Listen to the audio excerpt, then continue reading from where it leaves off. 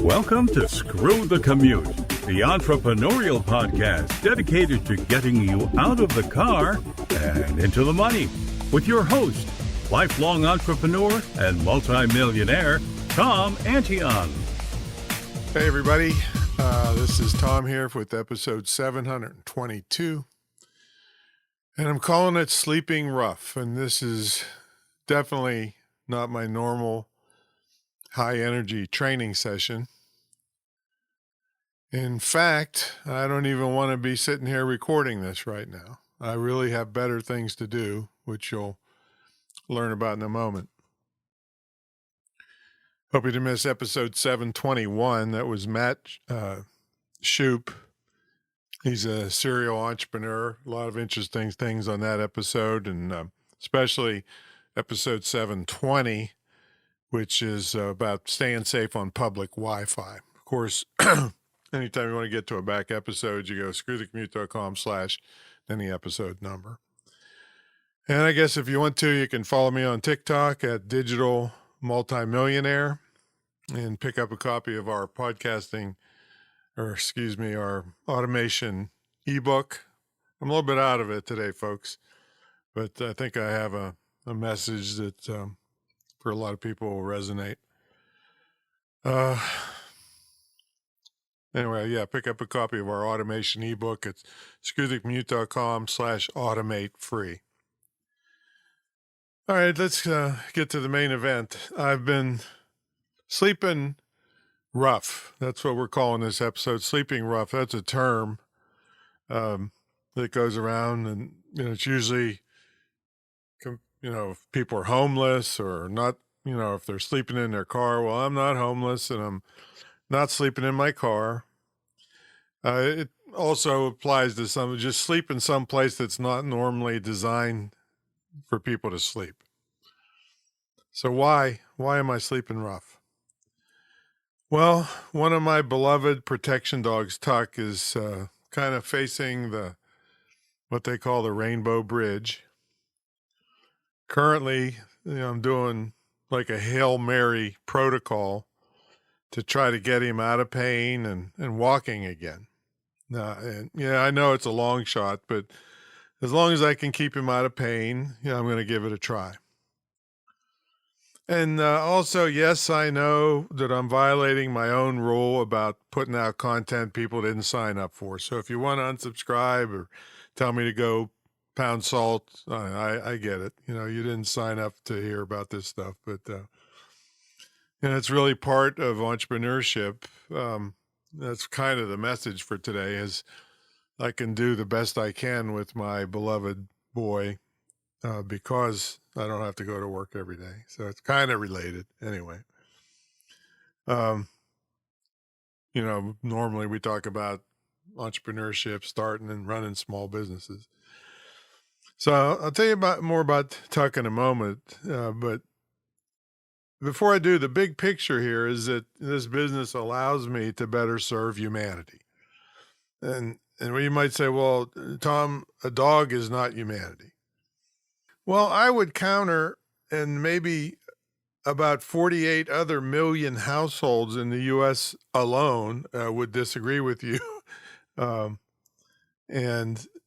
But among them, they have about 77 million pets in these 48 million households in the USA alone.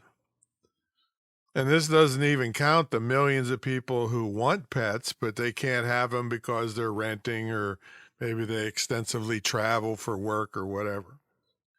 Now, worldwide, and this is according to an online survey of like 27,000 people in 22 countries, conducted by the global research firm GfK, they said that more than half, or 56% of people internationally have at least one pet living with them. So I say pet animals are part of the human experience. In other words, humanity. Now back to Tuck. Well, Monday I took him to the vet thinking he was not coming home. He couldn't walk, and any walking he was able to do, he was falling all over the place. Now, Tuck replaced my beloved Rubik's, who went to doggy heaven about 5 or 6 years ago. I actually built his casket and we had a funeral for him, which I'm going to leave a link in the show notes. I think you got to be logged in to watch the funeral and the casket and everything, burial for that, majestic dog. But let me back up a little bit. Tuck was the toughest dog I ever owned. All right, he's a trained protection dog that was bonded with me to the point he would lay his life down to protect me. And this kind of bond, most pet owners, they either think they have a dog that'll do that until testing shows that their dog would probably run behind the couch and hide while they were getting home invaded, or they know they don't have a dog like that. Like this rescue husky I got here. So all she wants is hugs from everybody. She would never bite anybody ever. So, she's just a sweet family member and loves everybody. All right. But boy, I got to tell you, it's different with protection dogs. Tuck will not take his eyes off of me unless he's working or chasing his ball. I remember the first couple days I got him, I was throwing, it's called a ball on a string. That's so I can wind it up and throw it really far, get him his exercise. And it bounced up into a tree and the string got stuck in the tree. And this was about 75 yards from me. Well, I could hear and see Tuck tearing limbs off the tree to get to the ball.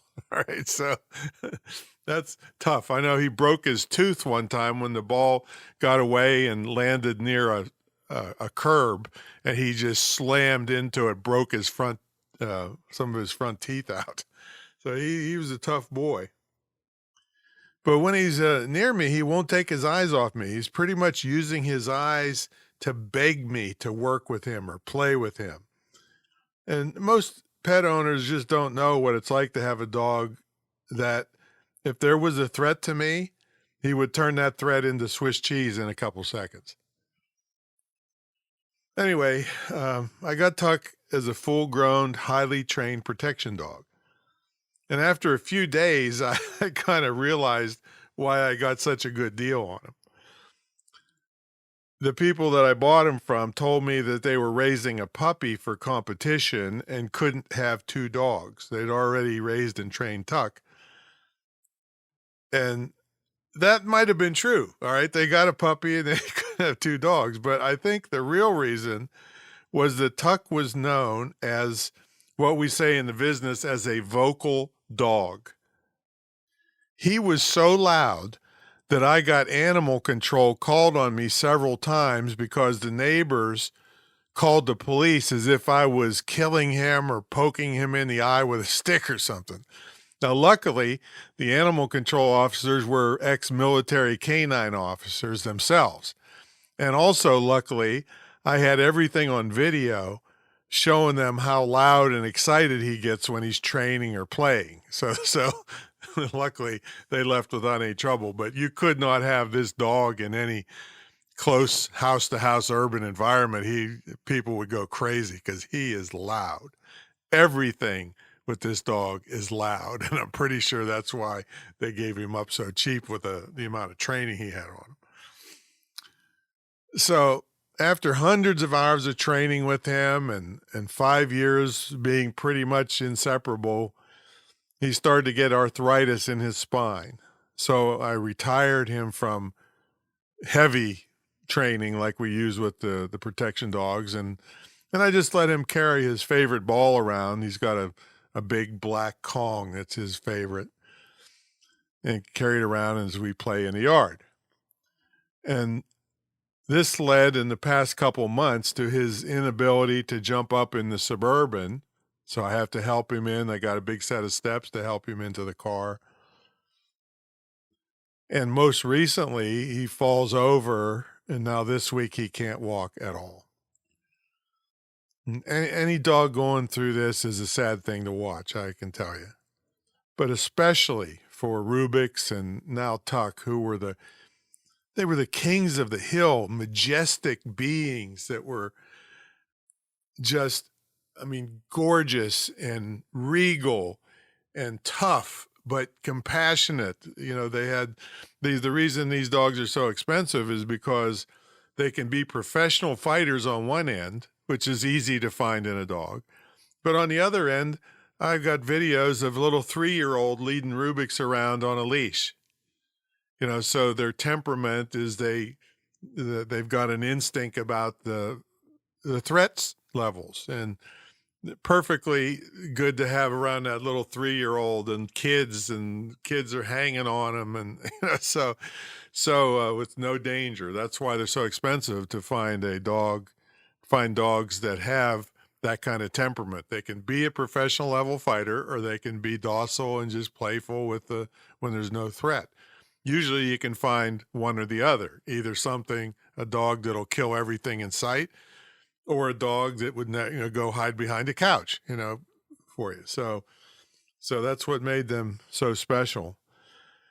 And them being reduced to helplessness is very difficult to watch after all the time spent with them, hundreds of hours of training, pretty much inseparable, 24/7, sleeping on the bed next to you. If anything happened, it would be a sad day for the criminal. So it is pretty darn difficult. And being the money guy that I am, I seriously had thoughts I should buy some stock and Kleenex, because it's really tough. So sleeping rough, I mean. Like I said, I'm far from homeless or sleeping in my car. But since Tuck can't get up the steps to the bedroom anymore, I just couldn't stand the thought of him being alone in his hour of need. So I slept in the chair that I work in every day, so I could be near to him and hear him if he cried, and give him his medicine and pet him and talk to him like I have every single day since I got him. I mean, every day I've told him he's daddy's boy forever and ever.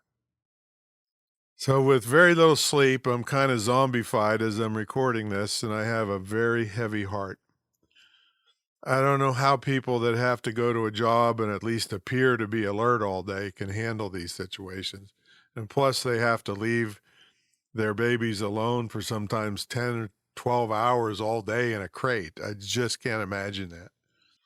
So I'm not really sure what the purpose was of this episode, other than to reiterate that our animal friends are part of our humanity. And they've given their love over their entire short lives. That really sucks, the fact that their lives are so short, asking nothing in return. So I'll sleep rough as long as it takes to make my boy's final time on earth as comfortable as possible, and to let him know his best friend will be there for him, as he's heard his entire life with me, forever and ever. I'll catch you on the next episode.